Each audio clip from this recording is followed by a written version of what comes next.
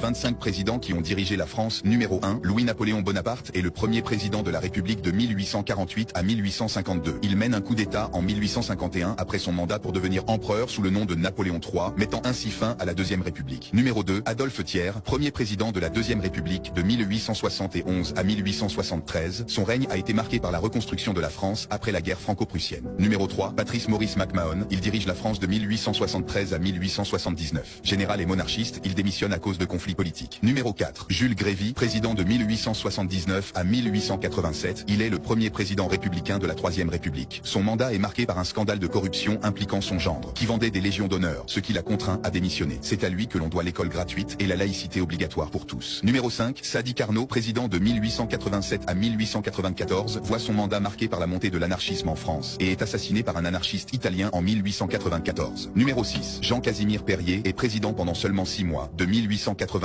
à 1895. Il démissionne rapidement, frustré par le manque de pouvoir du président. Numéro 7, Félix Faure, président de 1895 jusqu'à sa mort en 1899, est connu pour ses relations avec les milieux nationalistes. Numéro 8, Émile Loubet, président de 1899 à 1906, voit son mandat marqué par l'apaisement des tensions autour de l'affaire Dreyfus et la loi de séparation des églises et de l'État en 1905. Numéro 9, Armand Fallières dirige la France de 1906 à 1913. Il est connu pour être un président discret qui a marqué la paix sociale. Numéro 10, Raymond Poincaré est président durant la Première Guerre mondiale, de 1913 à 1920. Il défend une politique patriotique et d'union sacrée pour la victoire. Numéro 11, Paul Deschanel est président pendant 7 mois avant de démissionner pour des raisons de santé mentale en 1920. Numéro 12, Alexandre Millerand dirige de 1920 à 1924. Opposé à une trop grande influence parlementaire, il est poussé à démissionner. Numéro 13, Gaston Doumergue, président de 1924 à 1931. Il cherche à stabiliser les institutions économiques et sociales en période de tension. Numéro 14, Paul Doumer, élu en 1931, est assassiné en 1932 par un immigré russe. Son mandat est de courte durée. Numéro 15, Albert Lebrun, président de 1932 à 1940, voit son mandat marqué par la montée du nazisme et la Seconde Guerre mondiale. Il ne peut éviter la défaite de la France en 1940. Numéro 16, Vincent Auriol, président de 1947 à 1954, est le premier président de la 4e République. Il œuvre à la reconstruction de la France après la guerre et à la création de l'État-providence. Numéro 17, René Coty, président de 1954 à 1959, voit son mandat marqué par la crise algérienne et la fin de la 4e République. Il fait appel à Charles de Gaulle. Numéro 18, Charles de Gaulle, premier président de la 5e République de 1959 à 1969. Il mettra fin à la guerre d'Algérie, il renforce le pouvoir exécutif et lance une politique d'indépendance nationale. Numéro 19, Georges Pompidou, président de 1969 jusqu'à sa mort en 1974. Son mandat est marqué par des crises économiques. Numéro 20, Valéry Giscard d'Estaing, président de 1974 à 1981. Il adopte une politique de modernisation de la société, majorité à 18 ans, légalisation de l'avortement. Numéro 21, François Mitterrand, premier président socialiste de 1981 à 1995, il abolit la peine de mort, mène des réformes sociales et économiques. Numéro 22, Jacques Chirac, président de 1995 à 2007, son mandat est marqué par la fin du service militaire, la reconnaissance de la responsabilité de la France dans la Shoah et son opposition à la guerre en Irak. Numéro 23, Nicolas Sarkozy, président de 2007 à 2012, son mandat est marqué par la réforme des retraites, la crise financière de 2008, l'intervention militaire en Libye et le renversement du président ivoirien Laurent Gbagbo. Numéro 24, François Hollande, il dirige la France de 2012 à 2017. Son mandat est marqué par la réforme du mariage pour tous et une crise économique et sociale très difficile. Numéro 25, Emmanuel Macron, président de 2017 jusqu'à présent. Mandat marqué par les mouvements sociaux des Gilets jaunes, la pandémie de Covid-19 et son soutien à l'Ukraine et une crise économique sans précédent.